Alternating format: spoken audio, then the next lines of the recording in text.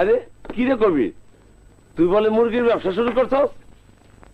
করছিলাম, শেষ হয়ে গেছে। কি শেষ হয়েছে? পুঁজিপাতি আমার সব শেষ। কেমনে শেষ হইল? পুলিশে ধরছিল?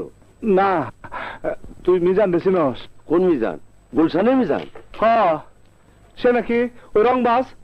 রংবাদ মানে? আরে শালা কিছু হয়েছে নাকি? হয়েছে মানে? তোমার কিসের রংবাজ? হ্যাঁ, বলে শাস্তা ওর ছোট ভাই আমার মুরগি দাম করে নিয়ে গেছে। মুরগি লয়ে গেছে? হ, দাম দেয় নাই। দাম দেয় নাই, কথা কাটাকাটি হয়েছে? আরে না, ওরে পাইলে আমি ধরতাম। চুপ, এদিকে সরা, এদিকে। এই, তুই কারে ধরতে চাস?